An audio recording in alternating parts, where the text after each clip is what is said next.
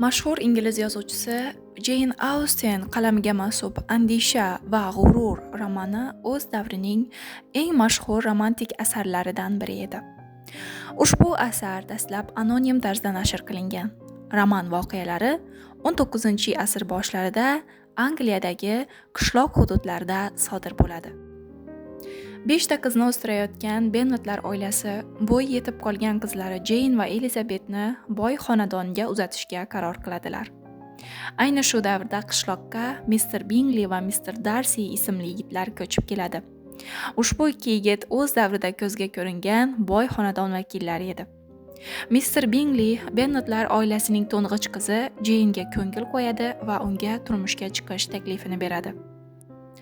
Mr. Darcy esa o'ziga yarasha mag'rur va sovuqqon kimsa edi. Ammo uning bu mag'rurligini Bennetlarning ikkinchi qizi Elizabeth Bennet sindira oldi.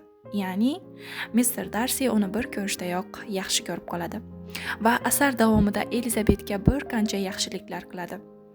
Aslida Elizabeth Mr. Darcyni unchalik xush ko'rmas edi. Chunki Mr. Darcy ularning oilasiga nisbatan kambag'al va past nazar bilan qarar, ularni pisand qilmas edi. Asar oxiriga kelib esa Mr. Darcy o'zidagi mag'rurlikni yengadi. Natijada mag'rurlik o'rnini muhabbat egallaydi. Bir qancha qarshiliklar va to'siqlarga qaramasdan asar oxirida Elizabeth va Mr. Darcy oila quradi.